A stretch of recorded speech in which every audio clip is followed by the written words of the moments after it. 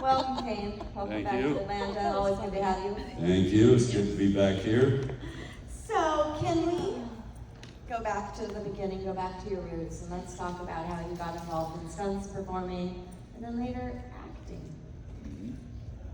Well, you guys probably, most of you must know that I just wanted to, had a dream of actually making a living doing fun things like doing stunts, and I always loved the idea, and I used to do crazy stuff to entertain my friends in high school, and then dangerous things. And then I realized there's a career that you can have doing that exact stuff and actually get paid for it. And I thought, you know, once it hit me, I was like 3 semesters into my college career, majoring in geography, of all things. And let me ask you something, whoever can answer correctly first can get a freebie at the table. And just, you know, you can say it out loud. Which city is further west in the U.S.? Alaska. Reno?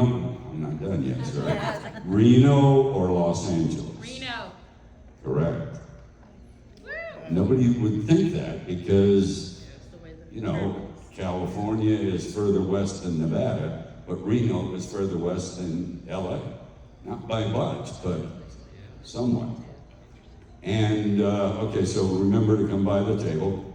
And this one is not for a prize, but anybody know, let's see, who, at the nearest point, approximately,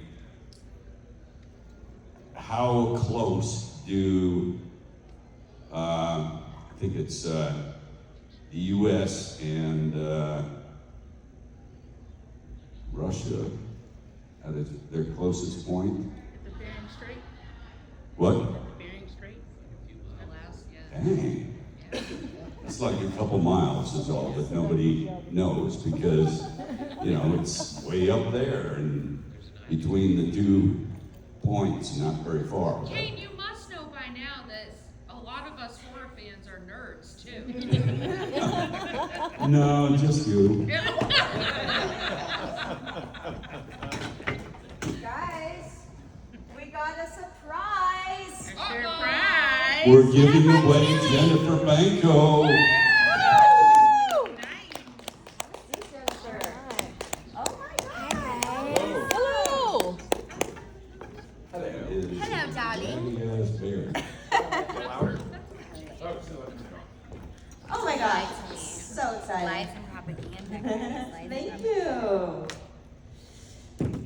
What got you interested in geography in the first place, sir? I don't know, I just always had the interest in geography, math, Interesting. and you know, general trivia knowledge type stuff. So it just, I always enjoyed it. And then once I realized that I might be able to pursue stunts, then I kind of put that aside and starved for a few years. Tough business to get into, but obviously worth it once you stick with it and it happens. So. Definitely. Miss Jennifer, thank you so much for joining us. This is exciting. So I asked him, I'll ask you, tell me about your acting journey. What got you involved in the craft? Okay, so when I was younger, we didn't know what autism was. We didn't know what neurodivergent was. We didn't have ADHD. We just got our asses beat. Yep. So, so I was really hyper. I had a lot of stims. I had a lot of, you know, and so I always caught the eyes of people. And so my mom was like, oh my gosh, like, you know, we gotta channel this. So she put me into dancing, which led to beauty pageants. And I was at a beauty pageant, and this agent, Marilyn Schumann, came up to my mom and was like, I wanna represent your daughter. And my mom was like, okay, that's cool. And she followed, we lived like 2 hours away from where the beauty pageant was. and she followed us home. She drove 2 hours on the freaking freeway in like the opposite direction where she needed to go to ask my mother one more time if she could be my agent. Oh my God. And at that point, my mom was like, okay, maybe this kid's got something, you know? So she asked me, you know, what I thought, if it was something I wanted to do. And at that point, I thought you lived in the TV, so I was like, yeah! So that's how we started. I got stalked. Just in the TV. What project? What project? Is Hello. Kane on? Hello. Hello. It's Hello. number 2 on now? It is? How come it doesn't sound like Here, I'll it? try it. It's on. Oh, maybe you muted it. It's got buttons. Right here? No, see that? No. Hello? No? Here, I'll trade you. Hello? Here, you have that one. I'll take this. It's on, right? Yeah, yours on. You're on now. I know, but she has nothing yet. Yeah, she will. I'll fix it. He's a genius. What was I talking about? I got sex hair. I got that sex hair going on. Sex hair? You were about to ask her a question. Oh, you were gonna ask me Oh, yeah. what was the The something? first thing where you got your SAG card. Because most of you guys know it's very difficult to get into SAG. You Yeah. have to get a job that entitles you to You get become a Taft-Hartley member. first. It's Taft-Hartley. Taft-Hartley. I'm guessing it would probably. I'm going in and out. I'm guessing it would probably be Friday the 13th, yeah? Oh, is that right? Right? Because you were how old Because then? before that, so my mom let me do modeling. I did modeling for like a year, or a couple years or whatever, and then I told her I wanted to do commercials, and my mom was like, oh, I don't know about that, you know, so I did a little commercial workshop, got the first national commercial, and my mom was like, oh my God, why do I doubt this kid? And I was like, see, Mom? And then Friday the 13th, I went to my mom, and I was like, I want to audition for movies, and once again, she was like, I don't know, Jen, it's different than, you know, commercials, it's different than modeling. And of course, Friday the 13th, first movie audition I ever auditioned for, and I got it. My mom was like, damn it, I need to stop doubting this kid. But I think it was Friday the 13th, because Friday the 13th kind of was the beginning of everything. That was when they started my, you know, because of Jerry Coogan, they have the Jerry Coogan law, so when you work as a minor, when you make your first like big money or whatever, you have to go and stand before a judge. The judge asks you like, do you want to do this? Are your parents forcing you to have this career? Blah, blah, blah. And then they take 10% of whatever it is and they start an account, because so many, you know, actors and actresses growing up end up with nothing. Well, they don't take into account that if you are a minor, when you like move out and stuff and you have a client trust account with your business manager, that people can still take tens of thousands of dollars from you without you knowing. Yeah. Do you remember what your audition was like? Yes. So I went in there and, you know, we talked back and forth, and then they were like, okay, are you ready to do your scene? And I was like, can you give me a minute? And I walked to the back of the room, and I got myself crying, and then I turned around and I started, and I think I had him right there. I was the last one in. There were so many girls. And I was the last one in, and you never want to be the first one, and you never fucking want to be the last one, because they're fucking done. They're done with the day. So my mom and I are like, you know, like 6 girls prior to like me going in, I'm talking to my mom like, I gotta do something, Mom. I gotta do something. Like, we didn't, you know, because I didn't grow up in LA. My mom drove me 2 hours in traffic there and 2 hours back, like every day for like 16 years so I could even freaking do it. So I'm like, oh man, my mom put so much, you know, she was going through cancer, going through chemo, still driving me. Freaking, my mom's a saint. And so like, my mom's like, you know, just do you, just take a moment. And that moment got it. Wow. Yeah. How did you find out you had gotten the job? They just called right after, or? I don't remember. Yeah. I don't remember, because I was up for a couple of other things and I was a little bummed that I didn't get them at that same time. There was like it's a little like mini-series called Elvis and Me. And I like really wanted. So like, that time period's like a little distorted. Yeah. A little distorted. well, we did part 7 together, and then we did Texas Chainsaw Massacre 3 together. Yeah, And, they surprised me. The director was like, "We have a surprise for you today," and I was like, I'm like 12. I'm like, what kind of surprise would they have for me? Like, this is weird. And I had this one little stunt up on this high gaffle, and they were like, they brought out Kane, and they were like, "This is who we have for your stunt coordinator," and so that was like super sweet, you know. Nice little They were, reunion. yeah, and the fact that like everybody was super geeked for us to like see each other again, and like, you know, it just makes you feel really special. Yeah. You know? So did you guys work together a lot on Friday? Because you know it was just one scene. Did you have a good amount of time together when you were working? Did I kind of try to somewhat avoid too much? No, I can't remember. Kane was amazing, you guys. So they had me come down to set to do wardrobe, and then they had to take pictures in the house to have around the house. You know what I'm talking about? Right. So I came in to do those, and Kane was doing like a scene with the mask off, and you had told them that you wanted me to see you with the mask off because you didn't want me to be scared at the premiere when the mask came off. This guy, he doesn't even, I don't know if he's like playing humble or if he just doesn't remember like how rad he has been throughout the years. But he also invited my little brother, was like 8 years old at the time. They were gonna be exploding this building. So he invited us to come to set. I didn't have any scenes or anything, just so we could watch the explosion. And then the building really caught on fire. So my little 8-year-old brother just like, wow. You know, and like, for Kane to do that for my little brother, like, man, my little brother thought about Kane a lot growing up. You know what I mean? Like, that meant a lot to an 8-year-old little boy. And then once we got to Alabama, I almost kept dying because I didn't know pedestrians didn't have the right of way, so I almost got hit by a car trying to cross the street. Our hotel was not ready when we first got there.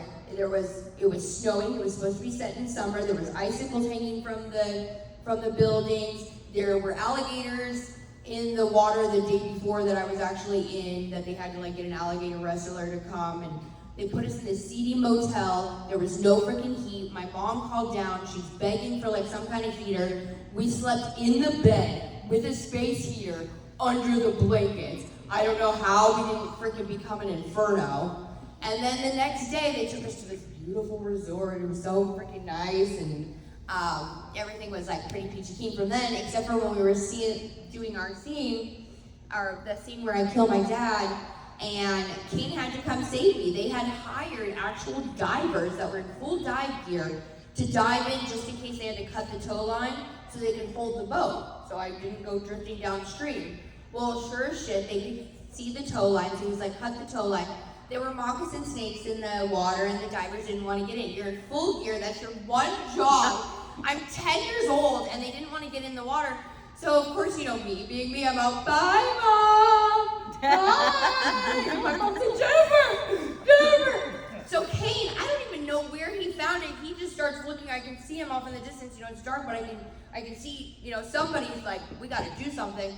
He comes up with like a big old piece of wood and a stick. And he just grabs me out of the boat, puts me on the little freaking plank or whatever, and gets me back to save my freaking life. Oh, wow.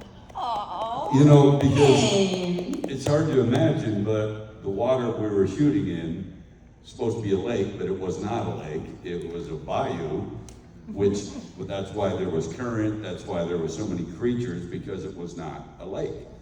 It was a lot more difficult than we anticipated with a lot of the water stuff. Of course, all the shots at the beginning of the movie of me underwater, chained to the bottom of the lake before, you know, I get able to come up to the surface, that was all done in a diving pool, scuba diving training pool in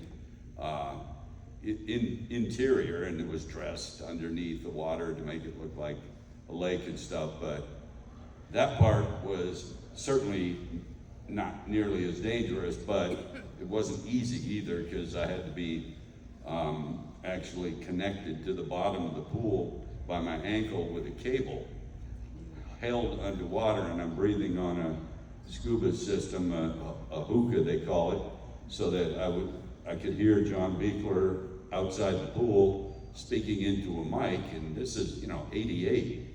So I was like amazed that I could be underwater and I could hear him talking to me so perfectly clear that it was easier. He could direct me and stuff, and he's just sitting outside the pool, and I would hold my breath, give up the regulator to the safety diver, do the shot, and then he would come back in and I would breathe again. But I was underwater for, I think, a couple hours at a time.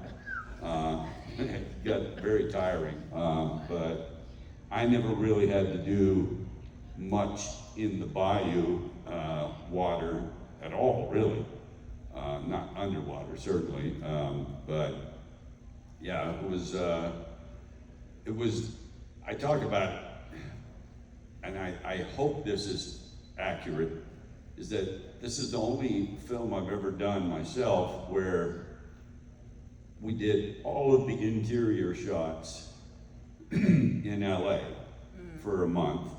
Every shot in the movie that was interior, we shot first. Then we went to Alabama and shot all the exteriors, which is an odd way to do it, because if you're playing a character, sometimes you have to remember,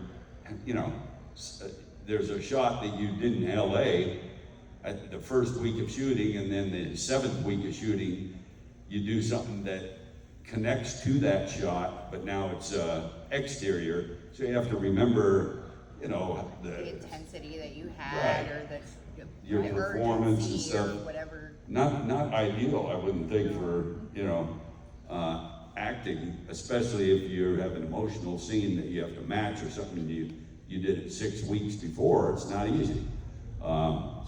With the stunts and the physical stuff, not quite as hard, but it was just such a good memory for me, because, I'm a stunt guy. I never thought I'd sign an autograph for anyone ever. It wasn't the point of getting into the business. So when that started to happen, I was like, wow, this is a whole different thing. I get to do the stunts, and people want me to sign stuff. It's like kind of ideal, So I've always appreciated and realized how fortunate I have been. Now, I don't call it luck, because I busted my ass to get to that position, but I was also fortunate enough to impress the right people. Luck is when preparation meets That's opportunity. exactly what I was gonna say. Well, that's It's pretty my good. favorite quote. I may use that It's true though, and say right? that I originated it. Every fucked up word. Sorry. So, before I turn it out to our audience, I wanted to talk to you guys both about 13 Fanboy. I love it so much. You guys, speaking of emotional scenes, had an emotional scene. It was beautiful. Can we share? Can we talk about that experience? So, can I go first? Can I go first? Yeah. Oh my gosh, you guys. Oh. Kane had everybody crying. My dad was there. My papa was in tears. The entire room. We were just, the floodgates opened. It was one of the most beautiful moments, and I was so grateful. I'm gonna cry right now. Just to be like in that moment with Kane, where he got to not be the monster for once, and got to really like show what he's made of, and man, did he show up for that scene. Well, thanks. I've always, up until that point, I always wanted to have a more involved scene where I could show some emotion, because for some reason I can do that fairly easily. And because I've always done the physical stuff, and I always wanted to have that chance. And then when I realized I was going to do basically a dying scene in Jennifer's arms, and with our history of, back on Friday 7 and chainsaw and stuff, I thought, man, this is such an opportunity to show a different side. And if you get a chance, take a look at the movie 13 Fanboy. She's amazing in it. And They lit me like a dick. I have like scarred skin and she lit me from underneath. Who fucking does that to a bitch? Who does? I think, I love her, don't get me wrong, but she, like, female to female, she did me dirty, guys. Dirty. But he's great. I was distracted the whole time by that. You ever seen somebody put a flashlight under them? Alright, even if you have perfect skin, you look scary as fuck. So you're gonna shine a big ass bright spotlight up. I was like, it's not about me. This scene's about Kane. I'm not gonna say anything. I'm not gonna be a prima donna. I'm not gonna be like, can you move that light up to where it's flattering? Yeah. It wasn't about me. It was his scene. You're being too hard on yourself. You were beautiful. Great. Thank you. Well, I just feel like female to female, we should be looking out for each other. And I just feel like that was a dog ass movie. I'm honest, Aside from being like a dick. Yeah. How did that project come into your life? Deborah reached out to me, and the reason why I say that is because when I first agreed before I agreed, I said, I'm very insecure about my skin. Lighting and angles really matter, and if I'm going to do something, can we make sure that we just kind of soften it? It is what it is, right? So you're not gonna I'm not expecting to be somebody I'm not, but and she, gave me her word that would be okay. And so then we just kind of started talking about maybe what my character would be like. So at first she was gonna have a yoga studio, and we were gonna have a couple yoga seats, and That's interesting because I had the same thoughts about my character. So we went back and forth for a little while because when she first reached out to me, the idea was still growing in her head, And is that how it happened with you too? Did she already know what your character was going to do and be? I believe so. We never really talked about it that much, but from the knowledge that I've been able to obtain about it, I think that was the case. And I get the fact that I've never had any acting training ever. I feel lucky to be able to pull off some of the stuff that I've done, and I guess this must be the case with any person that makes a living acting, is you always want to do something you haven't done before. Yeah. And that's why I wanted to do an emotional scene, and now... And he killed it! Killed it! And now we're looking at doing a film that is comedy. Oh, yeah. And they've asked me not to discuss too much about it, but it would be myself and another person that's known in horror as antagonistic neighbors. I'm here for it. And For that. I love the script, and I think it'd be so much fun. I kind of did a comedy somewhat in England with Bill Moseley called Shed of the Dead. And it was, there were some funny moments, but this new one would be just full-on comedy. And I really hope it happens, because I'd have so much fun doing it. Yeah. I'm here for that. Me too. I'm totally here for that. Do we have any audience questions? For Kane. It's going to be a geography quiz. She's a smart Do cook. you have any say or input in how you kill in movies? Like, you get to say, oh no, they wouldn't work like that, or oh, I like this better. Yes. Anytime that, certainly with the Friday movies, because once I played the character once and then was asked to do it again in part 8, I felt like, okay, now nobody's ever done a second movie, so I feel kind of like this is my character now. So I was lucky enough to have 3 more directors that liked listening to my ideas, especially about the violent stuff.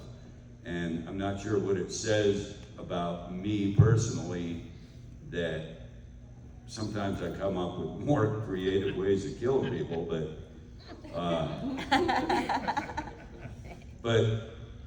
I somehow have a knack of reading something and maybe something pops into my mind, but wouldn't it be cool if we did this also? And if it didn't change the scene completely, the director's like kind of all for it. And so many of the Friday kills in particular, I either added something else to it, even something small, just to make it more interesting or more graphic, maybe. And I just feel like if it hadn't been directors that were secure enough to let me have the input, I may not have done 4 in a row. You know, some directors might say, he thinks he knows the character more than me or something, which I think I do. If you're directing 1 movie and I did 4, I think I would know more about the character, but a director sometimes is insecure, so they don't really look too highly on that. Okay, it's for Kane. So can you walk us through the planning, preparation, and process of being lit on fire and kind of talk about some of that? It's just such an incredible moments and scenes when you did that. Yeah, you weren't around when I was on fire, were you? On set? No.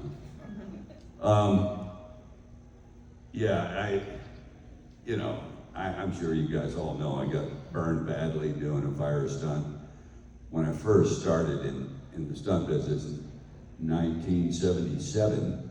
Got my SAG card in January of 77. In July, I got burned. So that obviously considerably delayed my success in my career because I had to recover and then get back to a normal life. Because, not only when you get burned, not only is it incredibly painful, but once you heal, that's when the work begins. Because when your skin heals from getting badly burned, it contracts. All the scars shrink together, so I couldn't raise my arms because of the scarring underneath my armpits. My neck was even worse than this, with limited mobility everywhere that you burn. So it takes a long time, a lot of rehab just to get back to moving somewhat normally. Is it good, dead? Oh, I thought you were asleep or dead. I didn't do it. That was Banko. But, so once you heal and survive, then you have to work for a year of therapy to get any kind of movement back, which never comes back completely. And then the third factor is that, I was 22 when I got burned, and now you're gonna live the rest of your life with half your body as scars. So you get that visual reminder every single time you look in the mirror. So you've survived first, then you've gotten some mobility back, and now you get the visual reminder every single day for the rest of your life that, oh yeah, that's right, I got burned badly. And you have your shirt off at the pool and everybody's staring at you, you get used to it, but it's not easy. So I think I always have maybe a more compassion or understanding or something for people like myself that are not of the norm, and whether it's people that suffer with physical limitations or even mental stuff. Somehow I identify more with people or understand more, and I guess anybody that's been through anything like that would probably be the same, but I can understand how difficult life can be when you don't have all the abilities and stuff that a regular, not regular or normal, but a basic person might have. So I understand a lot more than I would have, I think. We got one here. Oh, yes, I'm sorry. I was going to piggyback off of your question. I know during Manhattan, you had told us a story before about making suggestions to the actors about Jason. So what happened from the directors listening to your suggestions to the actors not giving a crap? Well, I mean, I think you're referring to Jason Goes to Hell. Yes, I'm sorry. Right. Because, you know, when I read the script, I was like, wow, it's not very many days of me in the makeup, because the storyline was such that the evil of Jason goes into other characters. And, you know, what she's referring to is the fact that I thought if the essence of Jason is going to be in a different character, as a viewer, I think it would be cool as hell to see that character do something, even something small, in their performance that is reminiscent of me as Jason. Some kind of movement that I am known for and stuff, and I just thought it'd be cool to, if one of the characters who is now Jason, looking totally different, of course, if they did something, even a little bit of the breathing or something, that I think it'd be amazing to watch. Oh, that still looks like Jason, even though it's a different character, because of that minor thing. And not one of the actors thought it was a good idea. And I was like amazed that nobody picked up on that. But I think they were offended sometimes, some of them, I won't mention who, but some of them were like, they think they know how Jason should act, because now it's their character basically, and yeah, not one thought it was good or interesting, and I wasn't mad or anything, but I was just like, man, I think we're missing an opportunity.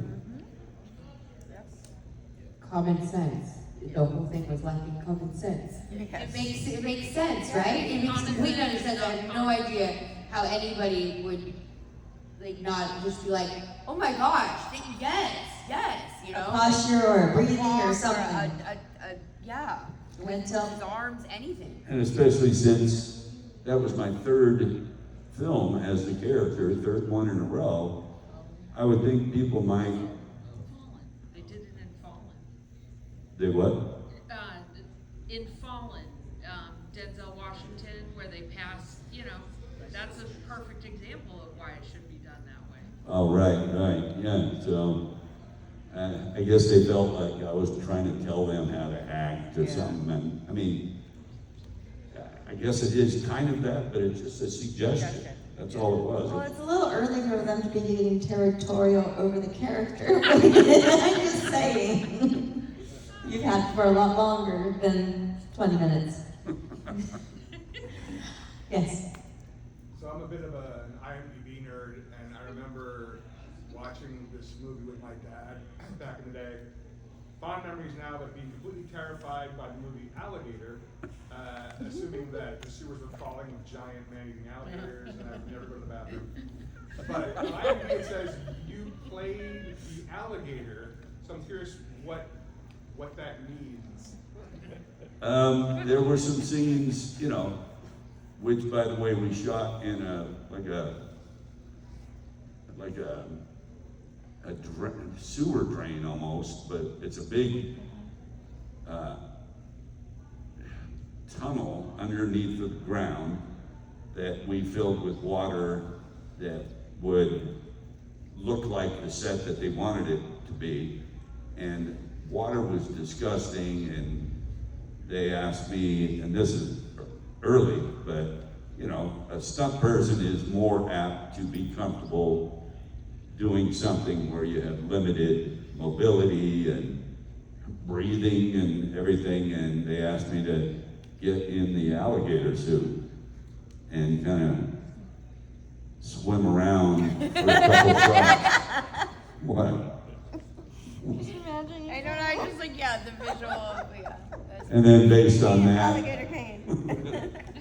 Alligator 2 came along later, and because of doing that first one, they gave me a role to play. I played Richard Lynch's brother in the movie and had some dialogue, and of course got killed. But yeah, there's a couple things on IMDb that people are just amazed, and then a lot of stuff that never gets on there that people are surprised about. We were talking about it at dinner last night. For years, I did all the stunts on Days of Our Lives. And that doesn't show up on IMDb because, or maybe it does partially, but not to the extent that I was involved, because you don't necessarily get credit on a TV show if you do stunts. If you play a character, then you get a screen credit, then it shows up on IMDb. But yeah, I did a lot of fun big stunts on Days of Our Lives, and you know, I did an episode of Seinfeld once, which was amazing, which doesn't exist anymore. But I did a fight scene with Kramer on a bus when if anybody knows the show, where Kramer finds a woman's toe after a car wreck or something and puts it in a Cracker Jack box and gets on the bus to take it to the hospital so they could reattach it to the woman. And I'm on the bus, I'm trying to mug everybody, and I get in a fight with him while he's driving the bus. I wish it still was something you could watch, but you know, it's been edited down so that it doesn't exist. Kramer just talks about it now, but you know, so many fun things that you have, and sometimes when I'm at a con like this, somebody will remind me of something that I forgot I did because of that exact situation. It's not on IMDb, and you know, it's just, I guess at some point when you get as old as myself, your memory is faltering a little bit, which it is, so that kind of adds to the fact that I forget sometimes some of the fun stuff I've done over the years. What years were you on doing Days of Our Lives? What years were you on Days of Our Lives? Oh boy, probably 1982 or 3 for about 10 years. Every few months they do what they call remote shooting, which we would know on a film would be called location. They would go outside the studio and do some exterior stuff to add to the quality of the show, and then when the ratings would come out based on that week, their ratings would be higher because they had more to offer. So a lot of the soaps started doing that, and I think for at least 10 years I used to play for the Days of Our Lives softball team in a Burbank City League, and you know, it was so much fun, like getting in altercations with other soap opera actors. It's a damn shame that was before Kevin's time, because then you could have had a Friday reunion. Because Kevin Spiritus was on Days of Our Lives for many years, and I don't know, maybe he started in '98. Yeah, that's when he was going by Spiritus. Yes, Or no. when he went back to his real name. Right. Yeah. Kevin Blair we're talking about, Right. who was the male lead on Part 7. Yeah. And Patrika Darbo played Kevin's wife on the show. Oh. is that Yeah, right? so we have a whole like Kane, Hatchet, Friday like theme. Is that right? Yeah. Yeah. I don't know if I ever knew that. Yeah. Patrika, of course, you know as the unfortunate woman and character that tried to run away from me in the first Hatchet movie. And I said, no, you're not getting anywhere. And I grabbed her from behind, put my hands in her mouth, and ripped her fucking head apart. Not easy to do, by the way. And yeah. Wow. Yeah. You know, I love me so Patrika, she's your friend. So every time I get the opportunity, I got a name drop because she's awesome.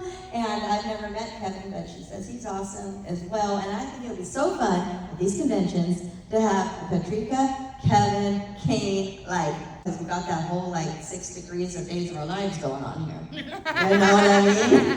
Anyway, no one listens to me though. Write a letter, okay? You also have some soap opera credits under your belt. I do. Yeah, you got Sunset Beach and Pacific Palisades. Yeah, so Aaron Spelling created 90210 for his daughter Tori, and he created Sunset Beach for his son Randy. I went in, I auditioned for Pacific Palisades, for one episode. That's how it started, one episode. And then I had, like, you guys, I was so fucking sick. I was puking, I had diarrhea, like, it was insane. And I literally would, like, just go to the bathroom, get it all out, and then I'd just be sitting there waiting for my next scene. And they were like, oh, this girl's a champ. So I get a call from my agent, and he's like, you got the movie Good Burger. And I was so excited because they were sponsored by Adidas. And I was like, free Adidas shit! I keep forgetting there's kids in here, you guys, I'm so sorry. Darn it.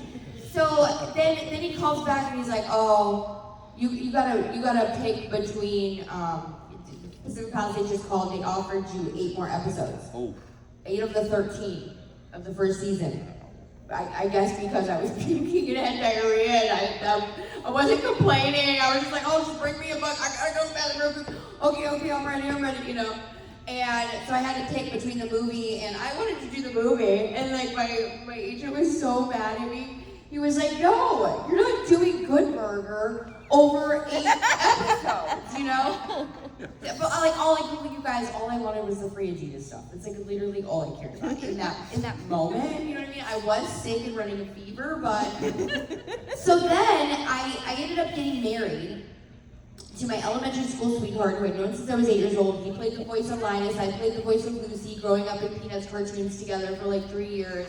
He used to call me Buttweed's daughter, and I was like, I'm not Buttweed's daughter, and like, that's how our little thing happened when we were younger. He would like chase after me in circles, and he was so annoying. And I married him. And Aaron knew that I had just gotten married and that we weren't getting picked up for a second season. And he fired the girl on Sunset Beach and gave me her role. Whoa. Wow. And let me ask you something just out of curiosity.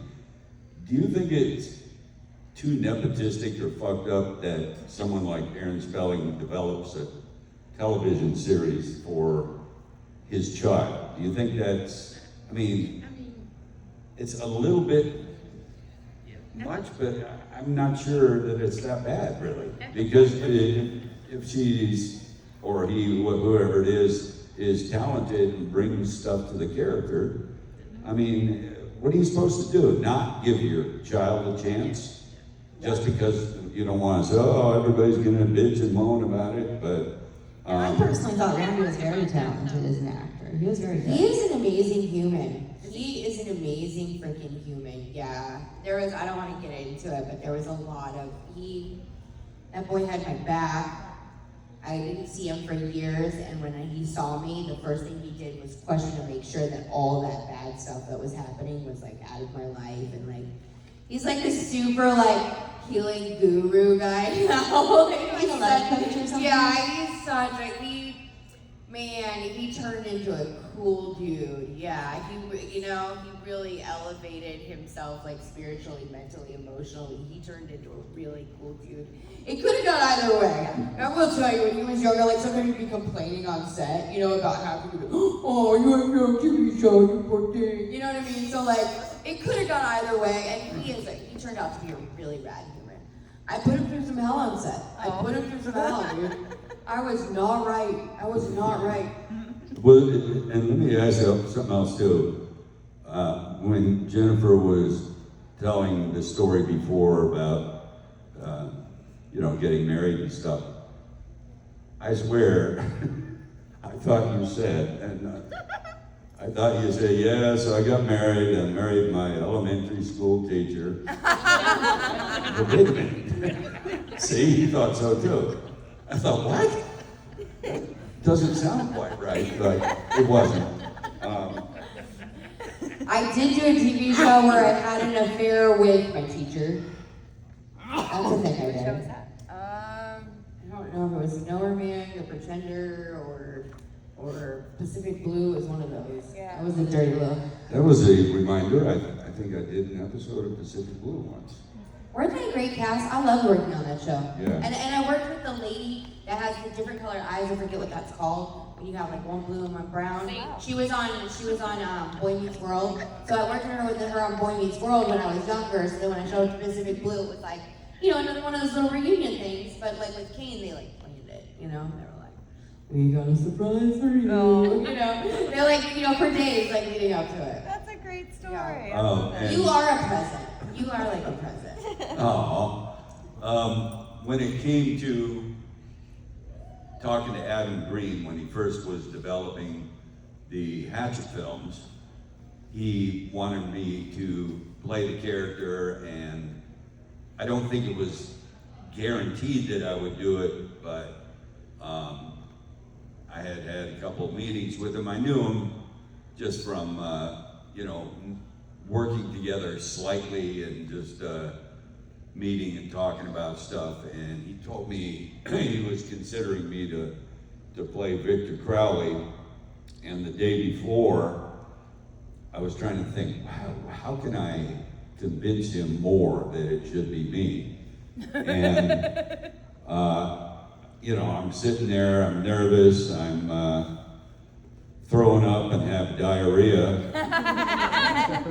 No, not really, but, and, you know, Adam from the beginning said that his whole dream was for me to play his character, and it was amazing to be able to have the input as to what we would do with the character and stuff, and he was open. He had, of course, his own ideas, but again, I was lucky with every director I worked with that, you know, did any kind of horror film with characters like this. They always let me at least give my ideas, and then sometimes might say, well, it's a great idea, but it might not work because of later in the story, you know, whatever. But I just was very lucky to have open-minded directors.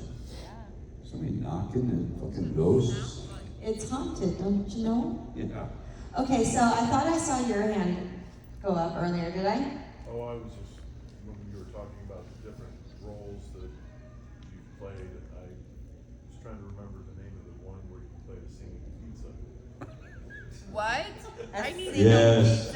I need to know more about this. I think it was House Yeah. 4. That's what- Yeah, it was 4, because the pizza talked. Because she opens the pizza Yeah. box and it's my face Yeah. in the pizza singing. Yeah. Don't forget to eat your favorite pizza, man. She slams it and stabs it with a butcher knife right in the face. I was just wondering how it was filming Monster and how you got that role. Yeah, that was amazing. Talking about the movie Monster that Charlize Theron won an Oscar for. Patty Jenkins directed that movie, who went on to direct the big Wonder Woman movie. And I was able to secure the stunt coordinator job on the movie. And you have to remember, this was not a big budget movie. We shot it in Florida. And I was basically the stunt coordinator, but on the set, Patty Jenkins came to me and said, you know, I think you'd be a good undercover cop, because we're gonna shoot this scene in a biker bar. And you look like you could be a biker, but also an undercover cop. And I loved the idea. And she said, you're gonna have a couple lines. I was like, oh boy, I haven't done much dialogue at all. And when you watch the scene, I'm sitting with Charlize at the bar, and I need to get her out of the bar so we can arrest her.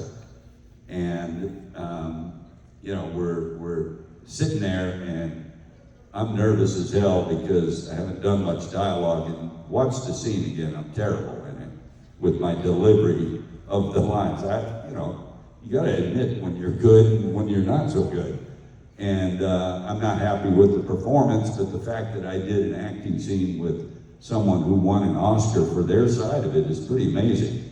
And, you know, we're shooting this scene, and somebody in the crew comes up to me and says, you know, this is where Eileen Wuornos Charlize's character, was actually arrested. I said, what?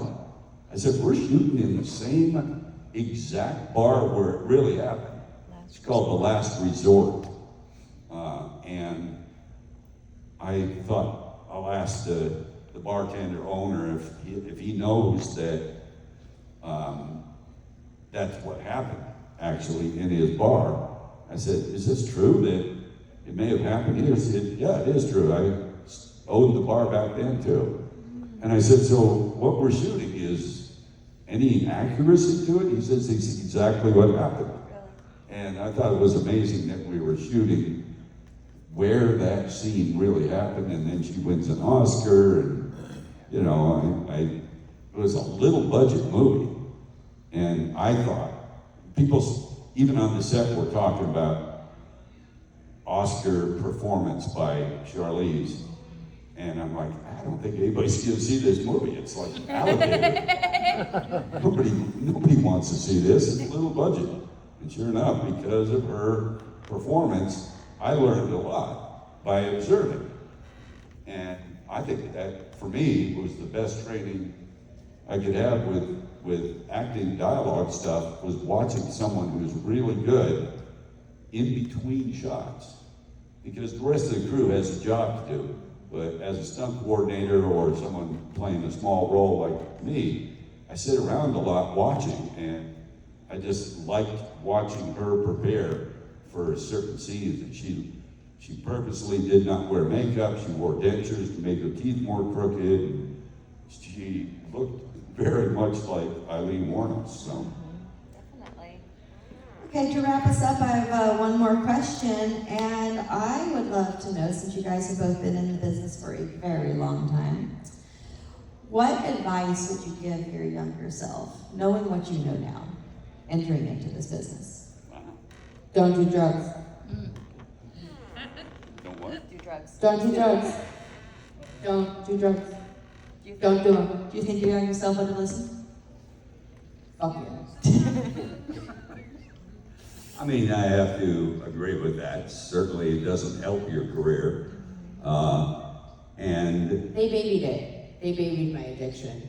Like when I would go do like, you know, when you're doing 2 TV shows at once, you do like celebrity guest appearances at places, but you go to like children's hospitals and you go to youth camps and you do like stuff like that.